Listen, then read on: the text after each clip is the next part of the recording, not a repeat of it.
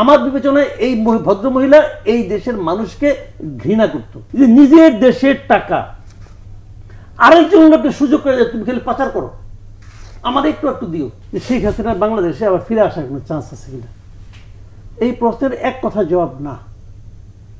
কেন বাংলাদেশের রাজনীতিতে শেখ হাসিনা আগামীতে এবং এখন একটা অপ্রাসঙ্গিক বিষয়। বাংলাদেশে একদিন আওয়ামী লীগ আসবে, আপনি শিওর থাকেন। আওয়ামী লীগ একটা বড় দল, এদেশের সমর্থক, এদেশের মানে আওয়ামী লীগের সমর্থক, আওয়ামী লীগের কর্মী সারা দেশে আছে, এবং আওয়ামী লীগ এখনো মিনিমাম 20% ভোট পায়। যদি আপনি একদম সারা মানে যেবার আওয়ামী লীগ সবচেয়ে কম আসন পাইছে সেবার আওয়ামী লীগ 30% ভোট পাইছে, এই ভোটগুলি থাকবে। এবং আওয়ামী লীগ কিন্তু এক পুরুষের দল না, দাদা আওয়ামী লীগ করতো, পোলায় আওয়ামী লীগ করে, ছেলে আওয়ামী লীগ করে, এটাই আওয়ামী লীগের ধারাবাহিকতা। এরা অন্য কোনো দলে যেতেও পারবে না, কখনো যাবেও না। কাজে আওয়ামী লীগ বাংলাদেশে থাকবে, কিন্তু শেখ হাসিনা থাকবে না। আমি আপনাকে কয়েকটা কারণ বলি। খালি শেখ হাসিনা না, শেখ পরিবারে কেউ থাকবে না, আপনি একদম গ্যারান্টি লিখে নিতে পারেন। বাংলাদেশে মাটিতে তাদের কোনো স্থান নেই। বলি আপনাকে, একটা ঘা হলে না, সেই ঘাটা শুকাইতেও কিন্তু 7 দিন সময় লাগে ভাই। আওয়ামী লীগের জন্য সবচেয়ে উর্বর, মানে আওয়ামী লীগকে ফিরে আসার ক্ষেত্রে সবচেয়ে উর্বর সময় এখন চলতেছে, মানে ঘাটা দ্রুত শুকাচ্ছে। এই কারণটা হলো তত্ত্বাবধায়ক সরকারের ব্যর্থতা, মানে অন্তর্বর্তীকালীন সরকারের ব্যর্থতা।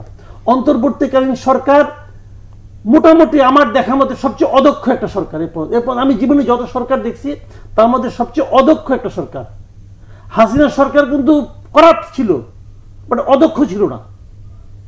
কিন্তু এরা অদক্ষ, এরা কাজটা কিভাবে করতে হয় জানে না। এদের মধ্যে সততা আছে কিন্তু দক্ষতা নাই। ভাই সততায় যদি সবকিছু বড় কথা হইতো, তাহলে বাংলাদেশে প্রধানমন্ত্রী আপনি বাইতুল মুকাররমের মসজিদ ইমামরে বানান না কেন? সব মসজিদের ইমাম বাইরে বানাই দেন। সততা মূল জিনিস না, মূল জিনিস হলো সততা এবং দক্ষতা, একটা ব্লেন্ডিং হতে হবে। সেই দক্ষতা এই সরকারের মধ্যে নাই। যতদিনই অদক্ষ সরকার থাকবে ততদিন কারো কারোর মধ্যে মনে হতে পারে আগেই ভালো ছিলাম। কিন্তু যখন এখানে একটা পলিটিক্যাল গভর্নমেন্ট আসবে, যখন একটা পলিটিক্যাল গভর্নমেন্ট আসবে, দেখবেন সিচুয়েশন চেঞ্জ হয়ে গেছে। তখন ওই যে ঘাটা একটু শুকাইতে নিয়েছিল, ওই ঘাটা আবার কাঁচা হয়ে যাবে।